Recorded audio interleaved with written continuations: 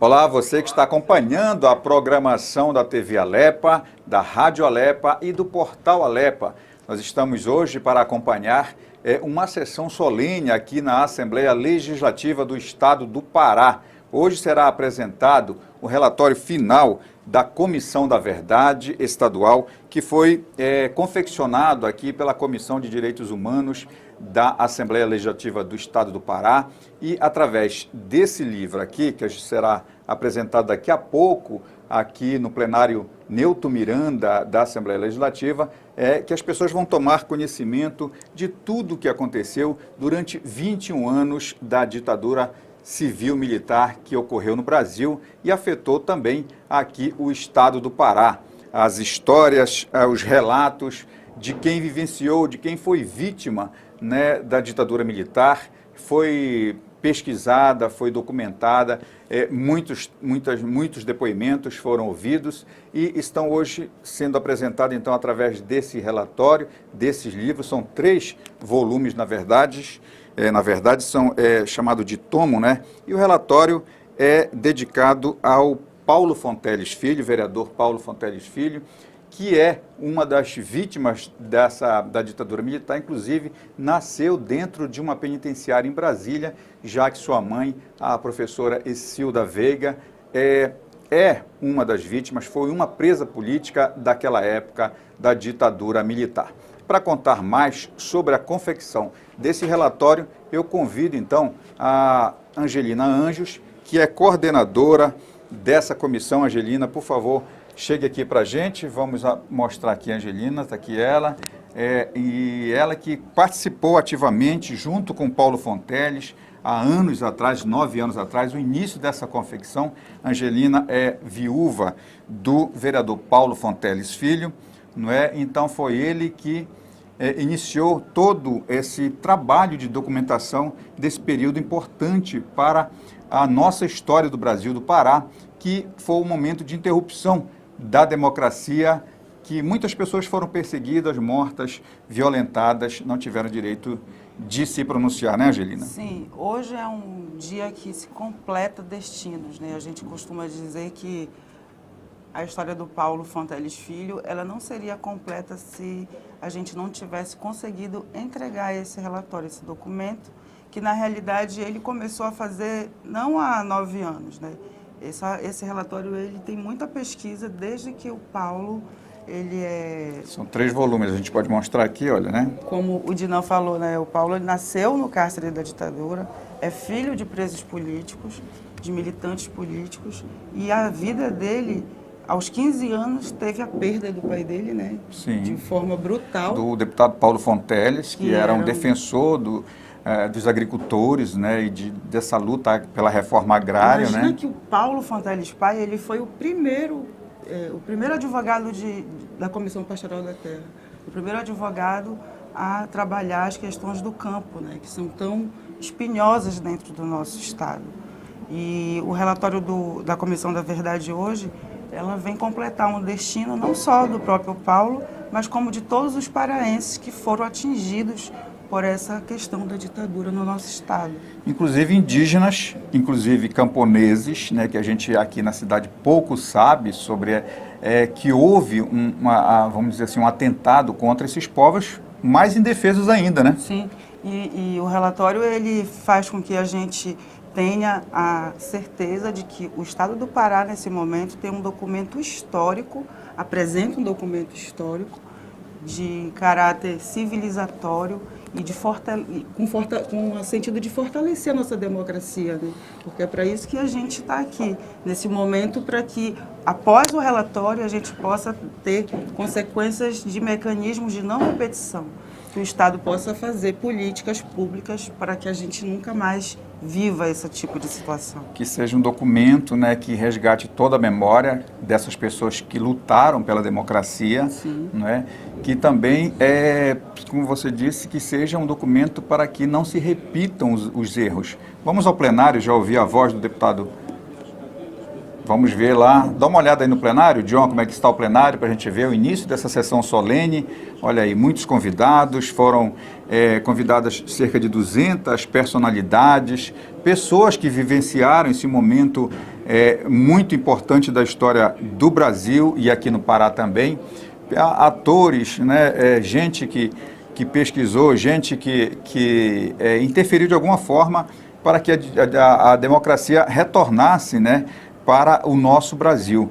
Esse é um marco importante, né? Sim, a gente também tem que lembrar que no processo desse trabalho do relatório da Comissão da Verdade, a gente fez a devolução simbólica, né, do mandato do governador do estado que foi cassado na ditadura, o Aurélio do Carmo. Pois é, foi interrompido naquela época, em 64, o mandato do jovem governador Aurélio do Carmo, e aí toda a Assembleia Legislativa foi cassada, todos os parlamentares do Congresso Nacional, das demais Assembleias Legislativas de todo o Brasil. A importância, né, da gente estar exatamente no dia de hoje, no 31 de março, 59 anos depois de toda essa situação que o nosso país e o Pará viveu, ocupando uma Assembleia Legislativa com esse tema, né?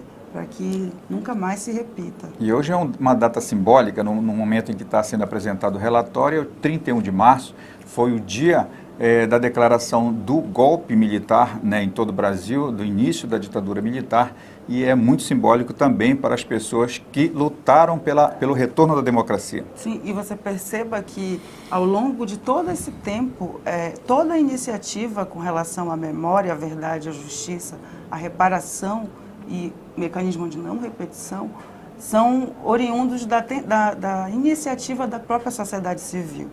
E a partir de agora, não. A partir do momento que o Estado do Pará cria a Lei 7.802, de 31 de março de 2014, então essa lei ela foi criada em 2014, e é só agora, em 2023, é que a gente tem a possibilidade de contar, né, uma outra história e fazer com que o Estado se comprometa e produza políticas públicas de não repetição. O relatório traz 23 recomendações que pode ser utilizada, né, para que o Estado possa fazer suas observações e que não repita, né? E a gente vê que muita gente colaborou com a confecção desse Sim. relatório. A gente tem aqui a Angelina Anjos, o Ismael Machado, o Marcelo Selic, o Marco Polo, Carlos Bordalo. Sim. Aí temos outros. O próprio Paulo Fonteles que iniciou toda essa história, pois né? O Paulo Fonteles pai, ele fez a primeira caravana de familiares para o Araguaia, atrás de mortos e desaparecidos, que até hoje, inclusive, ninguém foi encontrado, ninguém foi ainda identificado. E foi o Paulo Fonteles pai, que foi deputado desta casa, né? Sim. Fez essa ação de levar familiares daquelas pessoas que foram desaparecidas no Araguaia, os guerrilheiros do Araguaia, né? Que a gente teve uma das questões mais fortes que existe no Pará é a guerrilha do Araguaia. E o Paulo Fonteles pai, ainda sem ser deputado, logo na volta, né, quando já estava solto, porque ele foi um preso político, ele organizou a primeira caravana.